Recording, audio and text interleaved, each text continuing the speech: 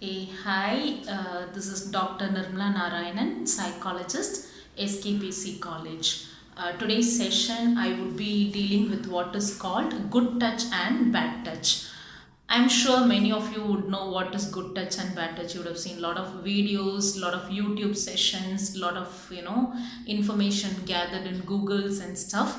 But here my focus is for the parents, how alert and aware and conscious you need to be in telling your kids and really take care of the kids so that they don't get abused. That is the core concept of why this video is done. Like you all know what is good touch and what is bad touch. Good touch is something very welcoming, done very sincerely with all love and warmth without hurting the child. All that will come under good touch. And bad touch is something that is very harming for the child, and even a small prick, silently pricking the child to hurt, is also a bad touch. And the most danger is touching their private parts. Here comes the actual problem. Now before going into this, how would you tell your kids as what is good touch and bad touch? That is fundamental and that is very important. Even much before telling your kids what is good touch and bad touch, please train your kids in explaining to them their parts of their body. That is very important. Tell them there are different parts of the body and every part is very precious and valuable, and that cannot be allowed to be touched by others. This is what you have to convey to them in the right tone, in a very pleasant way, in a very simple and understanding way. You have to tell them the parts of their body. I repeat, that is very valuable, and not everyone can touch every part of the body. That is fundamental. Having said this, slowly give them the platform of they able to coming to you and to communicate that they have a problem. That trust is very important. Hypothetically speaking, imagine a kid is coming and telling you that somebody has touched his or her private parts. You shouldn't immediately make them feel offended. You should not question them in a rude way. You should not interrogate like a police officer. You should not blame them for that, saying it is your fault, why did you go, and things like that. Instead of doing all this, you please develop a trust, listen to them, allow them to talk, and really have a platform for them to express. That is very important. So this is how you allow a child or your kid to come express to you that they do have a problem.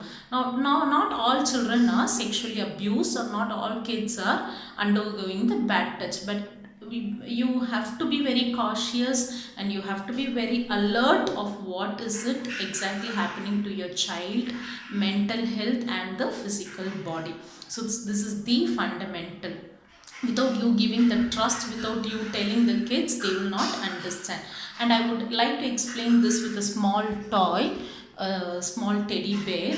There is something called erogenous zone in every human body. The zone that is very sensitive, the zone that is very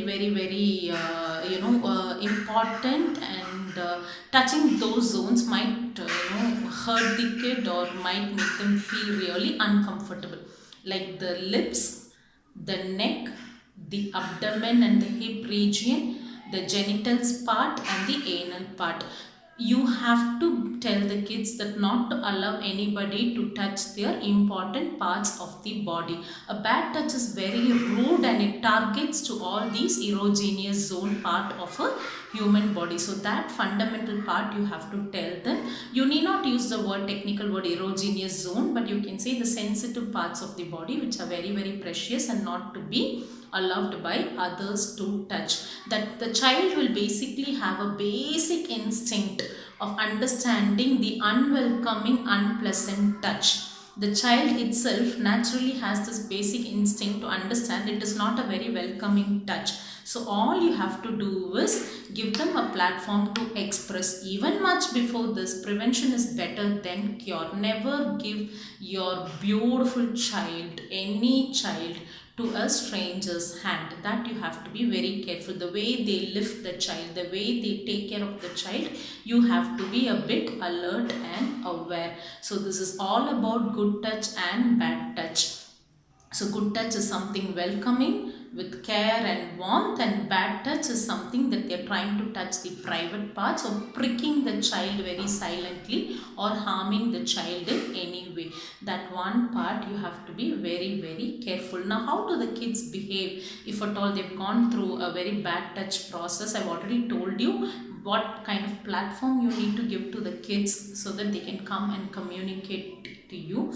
And otherwise, how do they behave? They suddenly withdraw from the usual conversation. They suddenly have very strong mood swings. They might go really lonely, or they exhibit similar kind of behaviors through a play or an act, or through some games that they participate in the peer groups. So that you have to be very, very, very careful in observing. A sudden shift in your child's behavior, if at all you observe anything, not necessarily bad touch problems or even otherwise, you have to focus and find out what it is. Thank you. So your kid is very important. Allow them to live a healthy, peaceful life. Don't allow any other people to touch them physically unless and until it is a trustworthy relative or family members. That fundamental precaution every parent should take care. So if you have any queries, you can inbox me. Thank you so much. Have a beautiful weekend. Chalo, bye bye.